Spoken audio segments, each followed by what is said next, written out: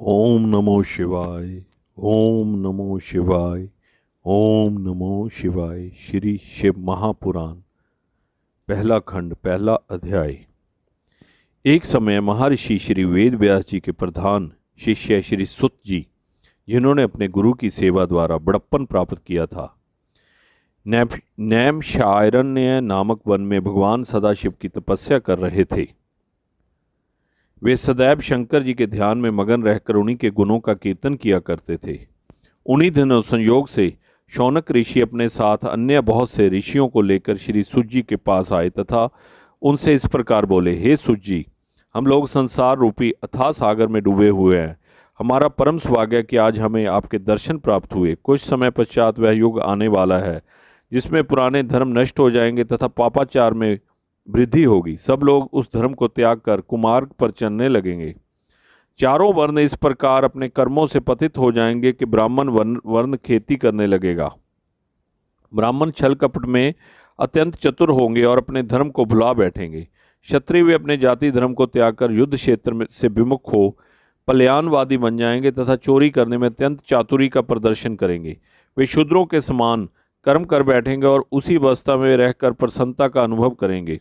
गो की रक्षा करना वे छोड़ देंगे। इस प्रकार क्षत्रिय जाति अत्यंत अन्यायी एवं दुखदायी हो जाएगी। इसी प्रकार वैश्य भी अपनी श्रेष्ठ धर्म को त्याग कर पाप कर्मों द्वारा धन का संचय करेंगे एवं उत्तम मार्ग को ठुकरा देंगे। इसी प्रकार शूद्र भी अपने धर्म को त्याग कर ब्राह्मणों को कर्म न करने की चेष्टा करेंगे। शूद्रों द्वारा इस प्रकार विपरीत कर्म किए जाने पर ब्राह्मणों का तेज नष्ट हो जाएगा। इसी दशा में संपूर्ण प्राणियों में आयु भी कम हो जाएगी। संसार में जब इस प्रकार अधर्म बढ़ जाएगा और जाति बंधन नष्ट प्राय हो जाएगा, उस समय भिक्षुकों द्वारा भिक्षा मांगे जाने पर भी उन्हें कोई दान नहीं देगा। वर्ण संकर मनुष्य अपने को उच्च कुलीन समझकर और लोगों को हे दृष्टि से देखेंगे।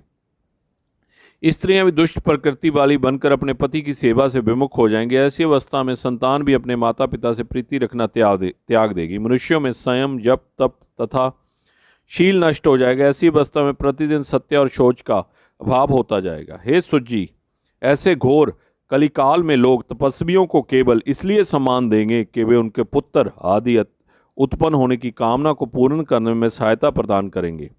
इस युग में केवल बालों को संभाल लेना ही सुंदरता का लक्षण होगा और अपने पेट को भर लेना ही सबसे श्रेष्ठ कार्य समझा जाएगा। भला आप ही बताइए कि ऐसे घोर समय में कलयुगवासी जीव किस प्रकार मुक्ति प्राप्त कर सकते हैं।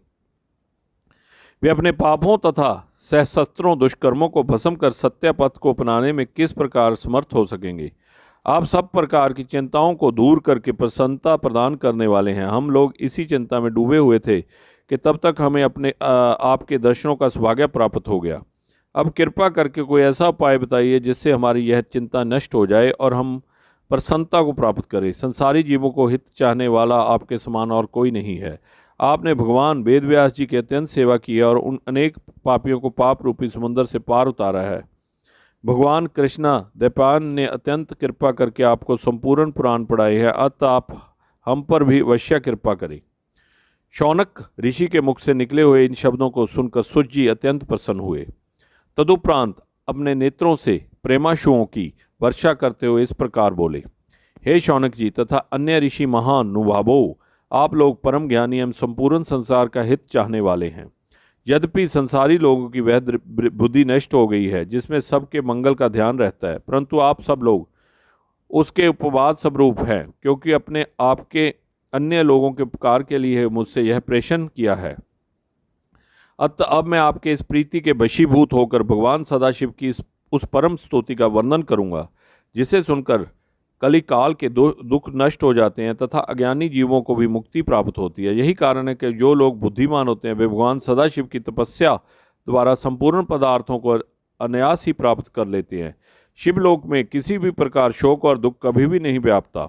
जो लोग शिवजी का नमन करते हैं वे बहुत संतान प्राप्त करते हैं। अतः हे ऋषियों, उचित यही है कि इस संसार को दुख रूप समझकर शिवजी के चरणों में ही प्रीति लगाई जाए।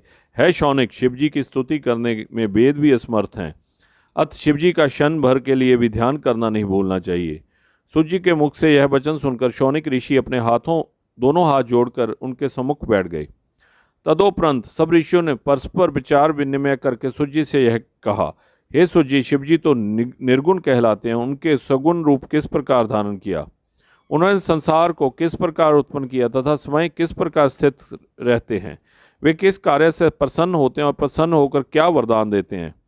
हे सुजी, यह सब वृत्तांत तथा इसके अतिरिक्त भी भगवान सदाशिव के संबंध में और जो कुछ भी जाने योग्य हो, आप उसे हमें बताइए, क्योंकि आप श्री वेद व्यास जी की कृपा से भूत, भविष्य एवं वर्तमान इन तीनों कालों की गति को जानने में समर्थ हैं।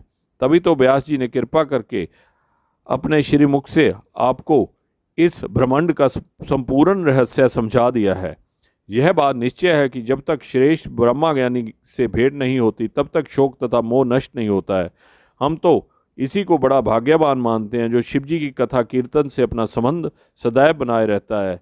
जय शिव। ओम नमो शिवाय, ओम नमो शिवाय, ओम नमो शिवाय।